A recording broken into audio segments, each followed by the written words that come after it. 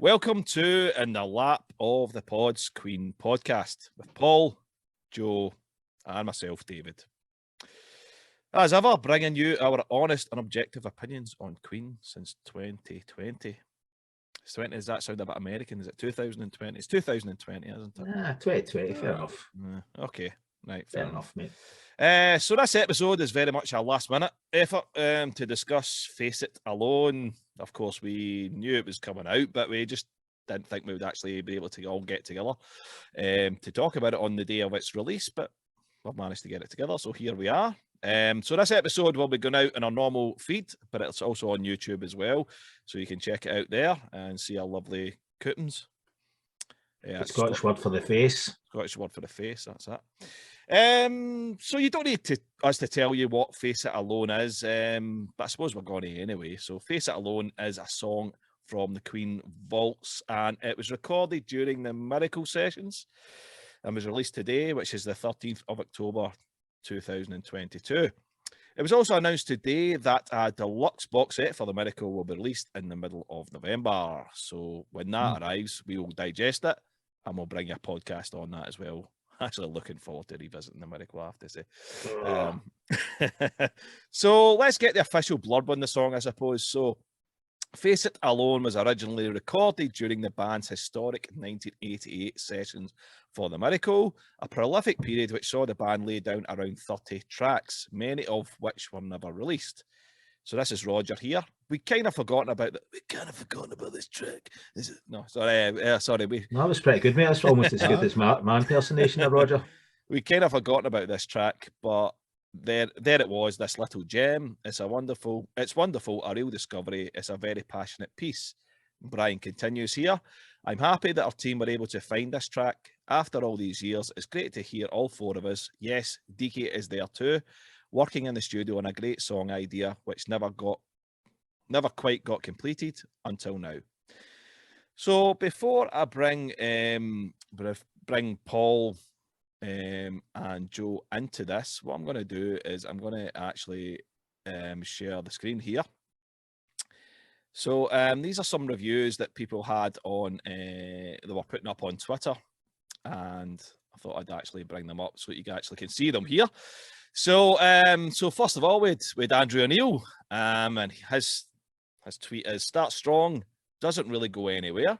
Sounds like 2/3 of a song. Sound is really good. His vocals are lovely. The drums are great. Bass unusually prominent. Wish it was piano rather than that synth plonk. Better than most of the other songs on the Miracle." And that was at us, at Lap Pods. He was asking that question. Well, we'll certainly talk about that. Michael Legg, for those in the audio, won't be able to see this one because it's not words. It's just a picture of Michael looking like he wants to kill. Luckily, he wants to kill somebody. So there you go. So that's his review. That's his review. And PJ, yes, I like Face It Alone. Definitely getting Bond theme vibes. Interesting. I can hear that. Yep. And Harry, his review. It's a pity that the end portion so blatantly has to repeat the same lines.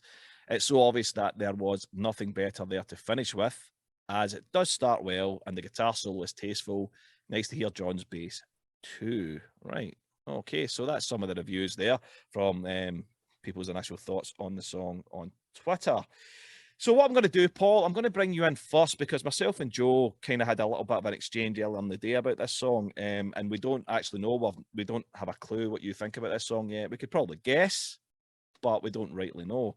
So so your take on the song first then, Paul. I've listened to it about, that's probably 10, 12 times. And it is not a finished song by any manner of means. It's very sparse, but there's enough there for me to say that I really like it. And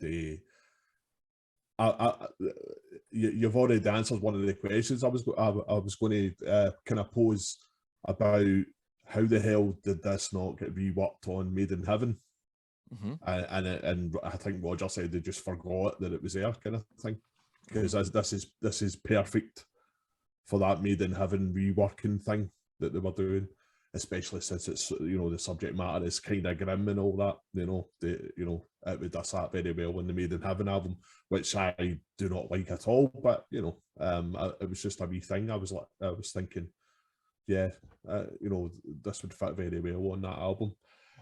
But yeah, it's not a finished song.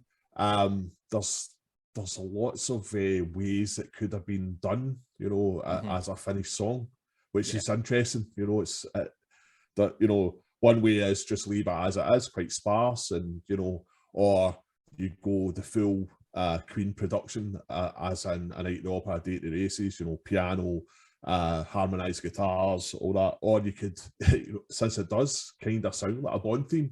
In fact, the lyric video with the scrolling thing, it's like a Bond. It's like the start of a Bond movie, you know, the way it was just quite interesting. You could have a John Barry-esque kind of score put it on it, and it would sound amazing as well, you know. So there's lots of ways you could go in terms of the lyrics, and all that. It's Freddie's kind of scatting at the end because there's, you know, he's kind of ran out of words.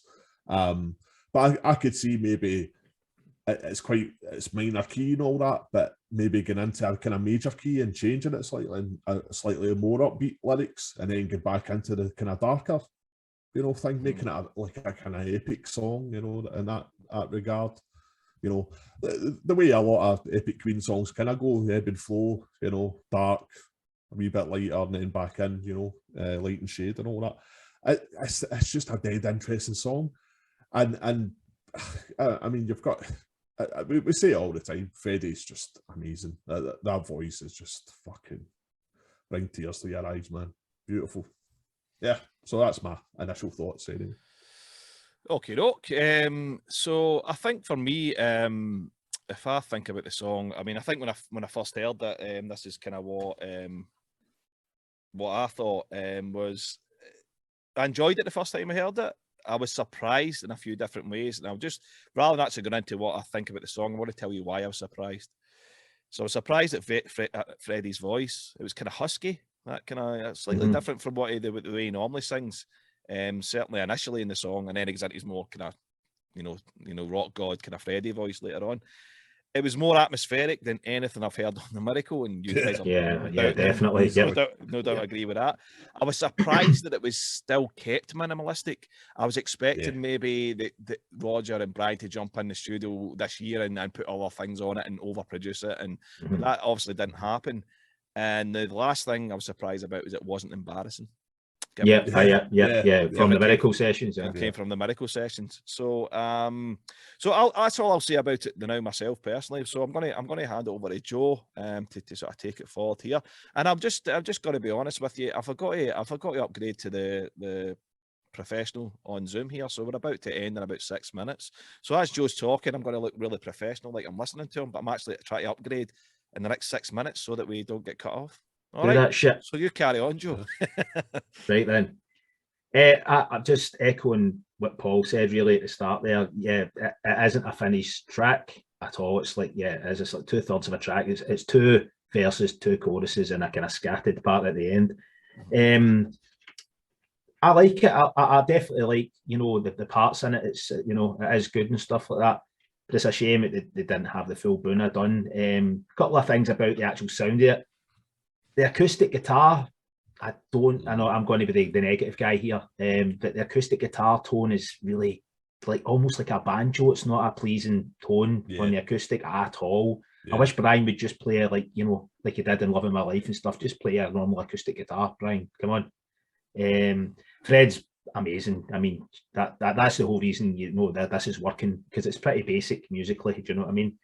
The solo in the middles is okay. Again, it's just that laziness. It's just kind of following the, you know, the vocal line. Brian could have did something a lot tastier. I don't mean tastier as in Flash, but just tastier as in another, you know, the way Brian was known for writing other melodies within the song. That's not here. I don't know. I get the impression that it's a kind of placeholder thing. I'll put something in here, but I'll develop it, and then obviously I never get. You make a good point, but David made some good point as well. I kind of think that they could have went back in, although you know, the danger is that if they did go up back in being Brian May, how he is now, it could have ended up a complete cheese fest. Yeah. But it didn't. But I think, you know, the last quote unquote verse where Freddie's, you know, you can actually hear it's cut and pasted. Do you know what I mean? But, you know, I think that they could have maybe expanded that because it's quite a dark kind of, you know, it's quite a dark chord sequence and stuff. Even a big guitar, like a really cool, like double harmonized Brian guitar solo there, something really big and grand to end the song. It kind of, I think if it had something like that, just that part, rather than that last scattered verse thing that it does, it would have made, I think if it was did right, it could have made the song a really, really good song. And that's what I hear. I hear that this should be huge. Yeah, it should have more. Yeah, full production. If that's strings or just Queen themselves, you know. But it has to be big. It's nice on the kind of sparse level, you know, just the way it is. But no, if you're going to develop a song, I think it has to be huge. I think there was enough there that they could have did something at the end and made it really big and huge, and, you know, with guitars, you know, and stuff like that. Because Brian's not really utilised that much, and to be fair, neither is Roger and John. I mean, I'd be surprised if it's actually Roger. It might even be a drum machine. Do you know what I mean? Because it's. I think it's a cat. See when it gets into that chorus bit, it does sound quite organic to me. I think it is a cat. I mean, you're probably right. It probably is. But see, as well, I don't know about you guys, but I can clearly tell that these weren't written down lyrics. These are off the top of his head, because they kind of make no sense, and the second verse is almost identical to the first verse.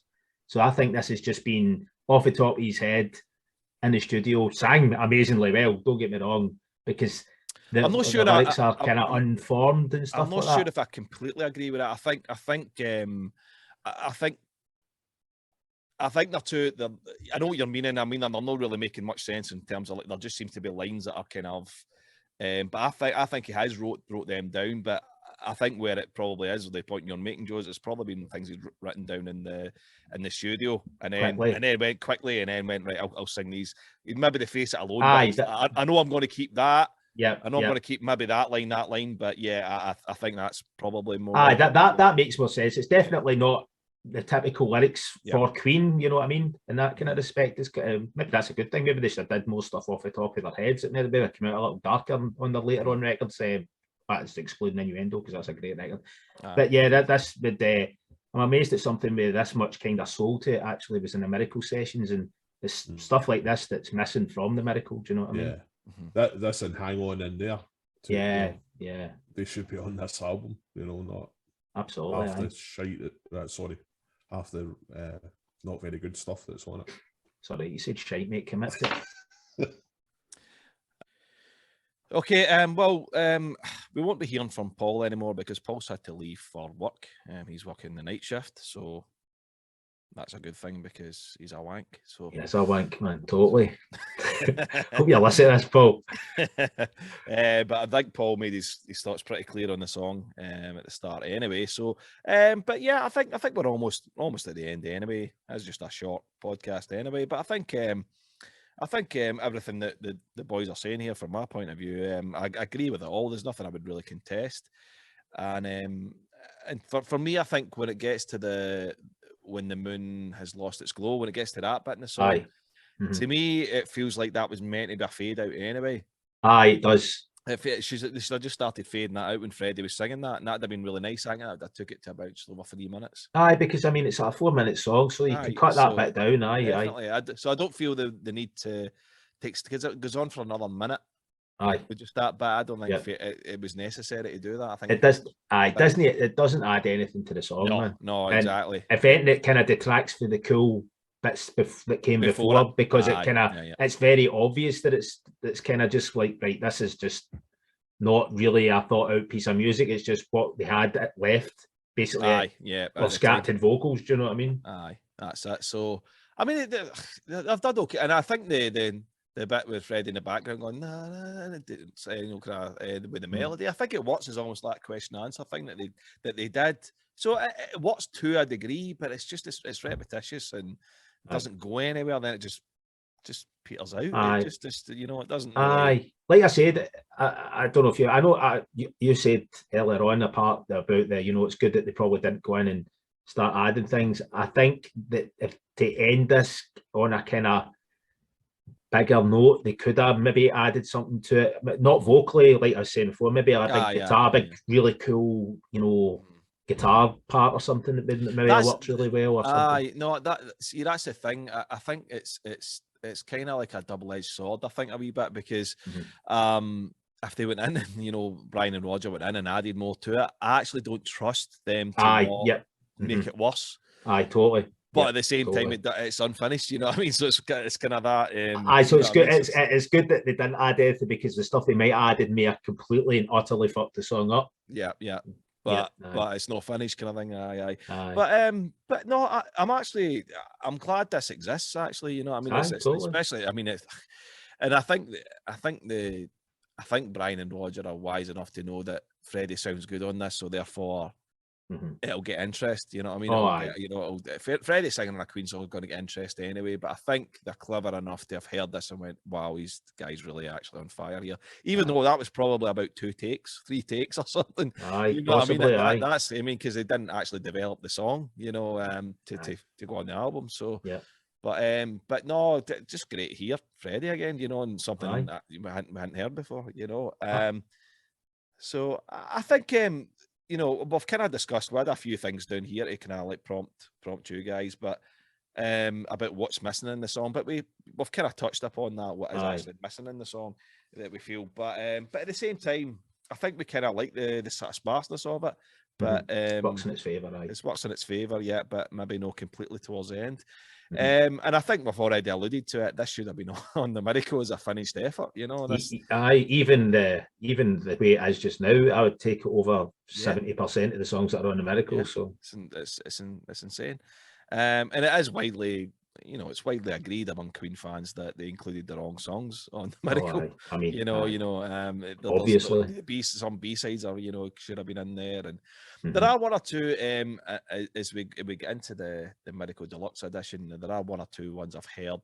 You know, on YouTube and all that. I had MP3s of them from way back, like Dog with a Bone, and I guess we're falling out. And to be honest, they're not good. No, I mean, there's a reason why. Whereas this one's come out of nowhere, and you're like, I think it was because I'd heard those ones. I was the same. I was really skeptical how good this was going to sound, you know. Expecting the cheese level was going to be off the charts. Just you know, but no, really pleasantly surprised by it, I have to say, and just baffled why they didn't actually put it on the album. I know. Who knows? You know, the mystery continues with that album, you know.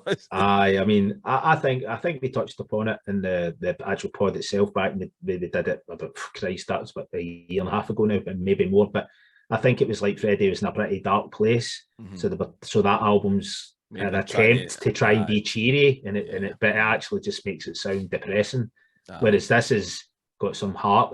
This sounds like it's more in line with like innuendo than it is with the Miracle. Definitely, aye. Or one of those kind of more showy kind of Freddie solo tunes, you know, that might have been on Time or something like that. Aye, exactly. Maybe that, you know, maybe that we kind of vibe to it as well. I wonder who wrote it. Do we know? Is there credits? I know after this point they always just said it's Queen. I don't know if I'm plucking this from thin air, but something in my head from what I've been reading the last couple of days, and it might have been something Brian said, but I think it was Freddie, certainly the vocal and the vocal melody. I mean, so I think it's a Freddie. I think it was predominantly Freddie. Aye. Which would make a lot of sense because there's not a lot of Roger, there's not a lot of Brian in it, so that probably makes a good thing. Makes more sense, you know. And a good thing as well. No Brian in it, aye, is a good thing. Definitely. So are you looking forward to this Miracle Deluxe? I don't. The box set thing. I mean, I know you're not going to buy it, but no, I'm not going to buy it. In terms of like just hearing what's on there, and I think some of it is stuff I've heard previously anyway. But like knowing Queen, it'll be 95, 98% stuff you've already heard, and some stupid shit like jams or something. I don't know. I don't even think they'll put that on it because they're kind of. I think there's going to be instrumentals. There's going to be. See, I can't be bothered. Who needs an instrumental with a stuff, fucking Invisible Man? Do you know what I mean? Exactly, man. In case we want to do a wee karaoke version of it. That we could do, by the way. That's not on the cards, man. I see if I can get an instrumental. But I think as well, just like touching on what you're saying there, it's clear to me that there must not be a lot of stuff in the vault, because if this is, this song that they've put out, as good as it is, it's not finished. You know what I mean? So it leads me to believe that they don't actually have finished material from any period of Queen to put out if they're putting this out, because they'd put a fully fleshed out song out,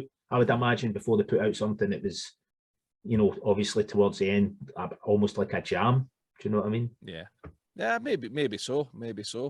I guess only Queen know that, you know what I mean? I'd like to be wrong. I'd love to hear unreleased Queen, even if they were shit. I'd still like to hear them. Yeah. I mean, that's a point of an anthology. You will get these like 2-3 minute idea things and all that, but it's just that's what it is. It's all the all this, all this stuff in the background that just geeks like us want to hear. Has it ever been broached to the band? That very, where's the anthology? You know what I mean? Because surely it must have been, because all the bigger bands have done it.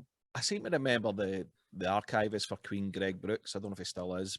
Years ago, been asked about these things, and I don't ask me what his answer was, but I think it has been brought up. But I think Queen are that band. They like to kind of just drip feed it and.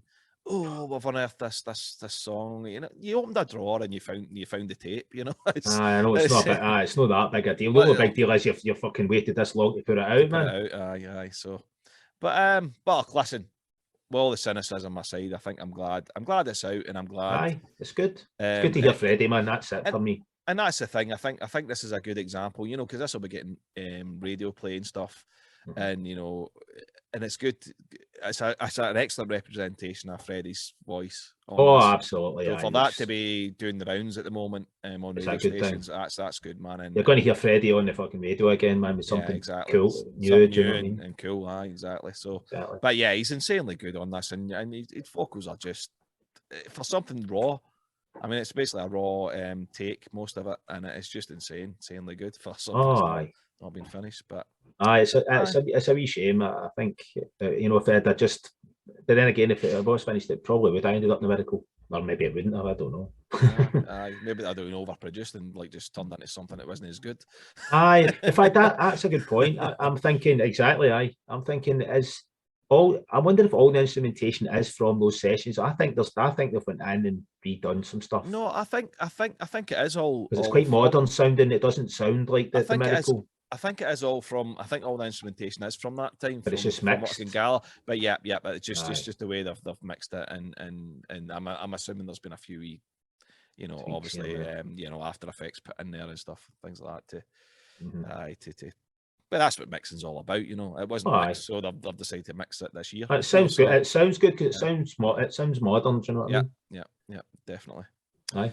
Well, that's it. That's it from us. So just a wee short ninja podcast that we didn't think we could do, and it was good that Paul was able to give us a wee bit of his time at the start there, because we don't want to do this without all three of us. So it's kind of like at least we was there for half of it. So, but just time's got against us, and he's had to shoot off. But we will cover this song again when we do the Miracle Deluxe thing. We'll return to this song again, and in some ways, maybe our opinion has changed, maybe by that time, and Paul can give his thoughts a wee bit more as well. So anyway, we're going to leave it there.